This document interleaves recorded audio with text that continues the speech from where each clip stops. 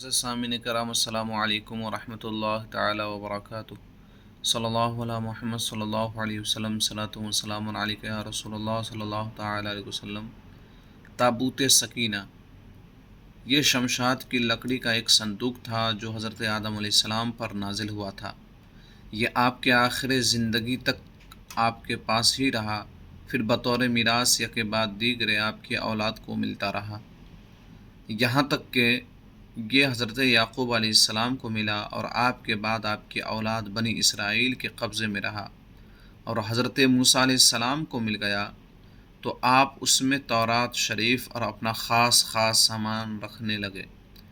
یہ بڑا ہی مقدس اور بابرکت صندوق تھا۔ بنی اسرائیل جب کفار سے جہاد کرتے تھے اور کفار کے لشکروں کی کثرت اور ان کی شوکت دیکھ کر سہم جاتے اور ان کے سینوں میں دل دھڑکنے لگتا تو وہ اس صندوق کو اپنے آگے رکھ لیتے، تو اس صندوق سے ایسی رحمتوں اور برکتوں کا ظہور ہوتا تھا کہ مجاہدین کے دلوں میں سکون و اطمینان کا سامان پیدا ہو جاتا تھا، اور مجاہدین کے سینوں میں لرزتے ہوئے دل پتھر کی چٹانوں سے زیادہ مضبوط ہو جاتے تھے، اور جس قدر صندوق آگے بڑھتا تھا آسمان سے نصر من اللہ و فتح قریب کی بشارت عظمیٰ نازل ہوا کرتی تھی اور فتح مبین حاصل ہو جایا کرتی تھی۔ بنی اسرائیل میں جب کوئی اختلاف پیدا ہوتا تھا تو لوگ اسی صندوق سے فیصلہ کرایا کرتے تھے۔ صندوق سے فیصلہ کی آواز اور فتح کی بشارت سنی جاتی تھی۔ بنی اسرائیل اس صندوق کو اپنے آگے رکھ کر اور اس کو وسیلہ بنا کر دعائیں مانگتے تھے تو ان کی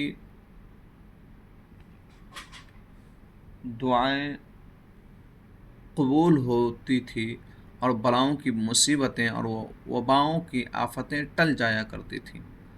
الغرض یہ صندوق بنی اسرائیل کے لیے تابوت سکینہ یعنی برکت و رحمت کا خزینہ اور نصرت خداوندی کے نزول کا نہایت مقدس اور بہترین ذریعہ تھا۔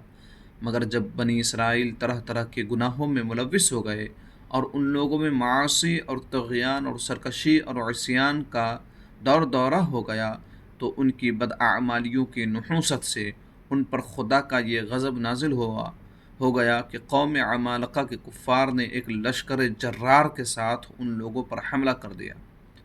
ان کافروں نے بنی اسرائیل کا قتل عام کر کے ان کی بستیوں کو تخت و تاراج کر ڈالا، عمارتوں کو توڑ پھوڑ کر سارے شہر کو تہس نہس کر ڈالا، اور اس متبرک صندوق کو بھی اٹھا کر لے گئے۔ اس مقدس تبرک کو نجاستوں کے کوڑے خانے میں پھینک دیا، لیکن اس بے ادبی کا قوم عمالقہ پر یہ وبال پڑا کہ یہ لوگ طرح طرح کی بیماریوں اور بلاؤں کے ہجوم میں جھنجھوڑ دیے گئے۔ چنانچہ قوم عمالقہ کے 5 شہر بالکل برباد اور ویران ہو گئے، یہاں تک کہ ان کافروں کو یقین ہو گیا کہ یہ صندوق رحمت کی بے ادبی کا عذاب ہم پر پڑ گیا ہے، تو ان کافروں کی آنکھیں کھل گئی۔ چنانچہ ان لوگوں نے اس مقدس صندوق کو ایک بیل گاڑی پر ڈال کر بیلوں کو بنی اسرائیل کی بستیوں کی طرف ہانک دیا۔